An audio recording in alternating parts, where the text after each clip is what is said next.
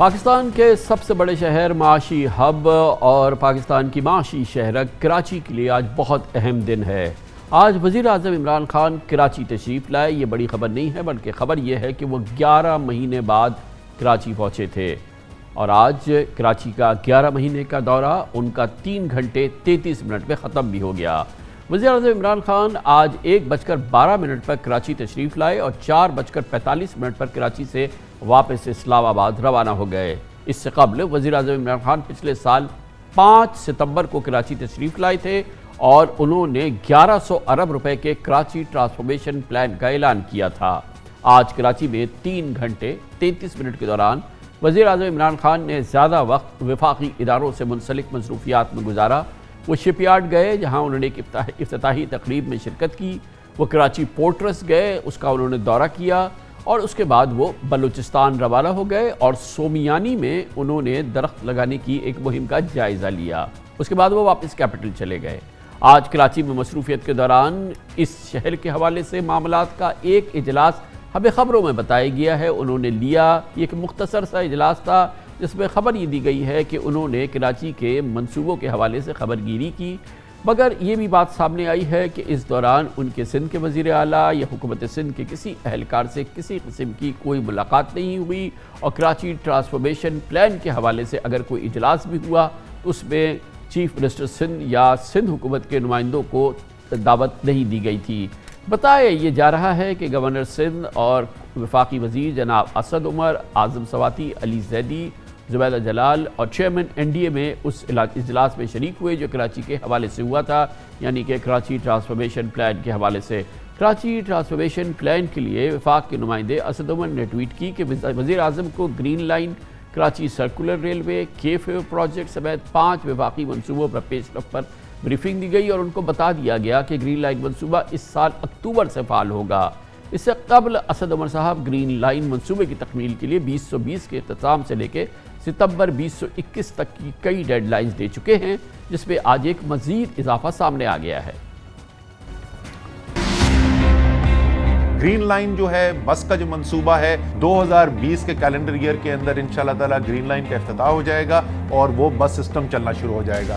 Green line کی buses order کر دی گئی ہیں۔ پہلی جو بسز ہیں وہ دسمبر تک پہنچ جائیں گی، تمام بسز جو ہیں وہ مارچ تک آ جائیں گی۔ گرین جو لائن ہے بی آر ٹی کی وہ جون 21 تک مکمل کر دی جائے گی۔ گرین لائن کا منصوبہ امید یہی ہے کہ جولائی اگست کے مہینے میں اس سال کراچی کے اندر ماڈرن ایک جدید ٹرانسپورٹ کا نظام چلنا شروع ہو جائے گا۔ گرین لائن پہلا جو ماڈرن منصوبہ ہے ٹرانسپورٹ کا وہ انشاءاللہ تعالیٰ اگلے سال مکمل ہونے جا رہا ہے، ستمبر تک وہ مکمل ہو جانا چاہیے۔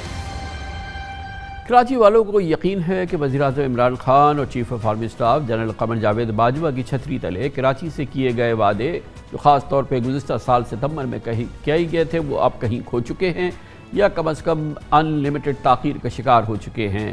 یہ اس شہر کے ساتھ ہو رہا ہے جو ملک کی معاشی شہرگ ہے، معاشی دارالحکومت کہلاتا ہے، قومی خزانے میں 65% سے زائد ٹیکسز دیتا ہے اور پاکستان کی معیشت کی ایک بہت امپورٹنٹ ستون ہے۔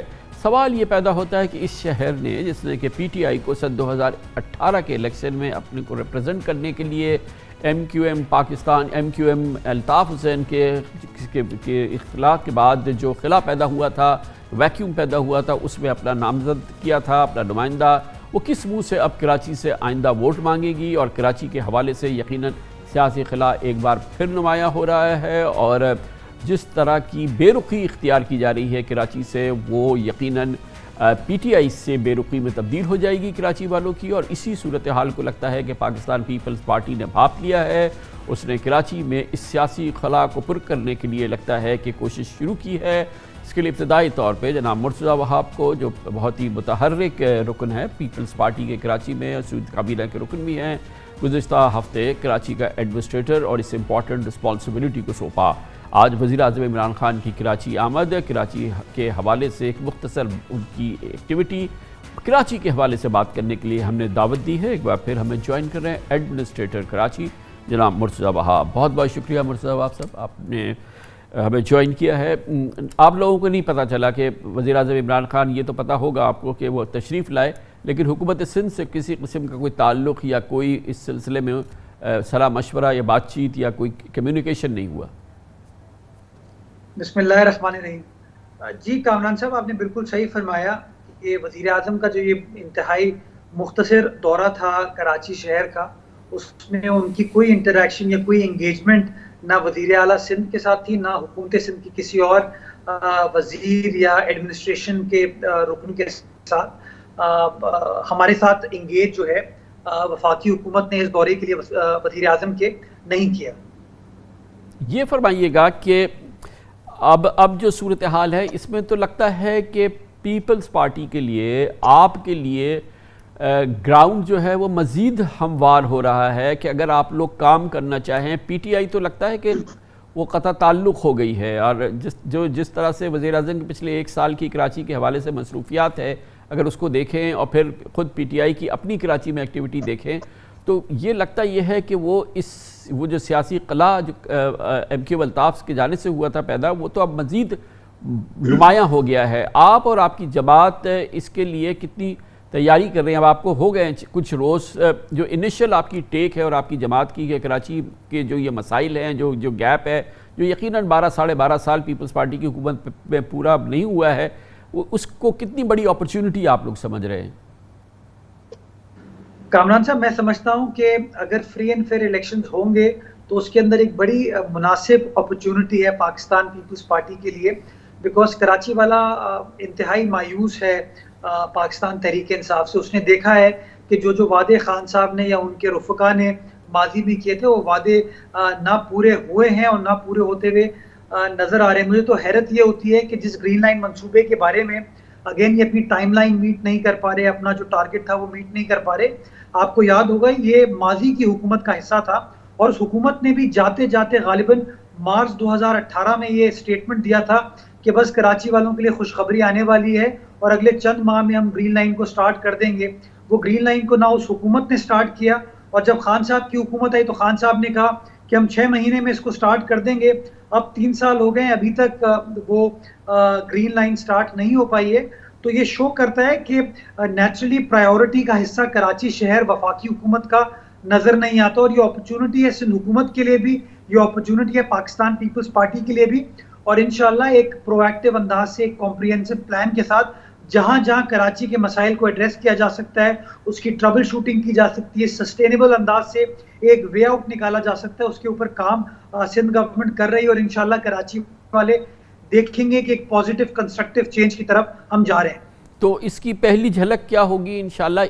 ویسے تو جو بھی ایفرٹ ہو رہا ہے، میں نہیں جانا چاہتا 12-12.5 سال کے دوران کیا ہوا ہے پیپلز پارٹی کی حکومت کے دوران، لیکن یہ فرمائیے گا کہ اب جب یہ آپ کو سونپا گیا ایز ایڈمنسٹریٹر، تو وہ جو تبدیلی کا سفر ہے وہ کیسے نظر آنا شروع ہوگا؟ اس کی پہلی جھلک کہاں نظر آئے گی؟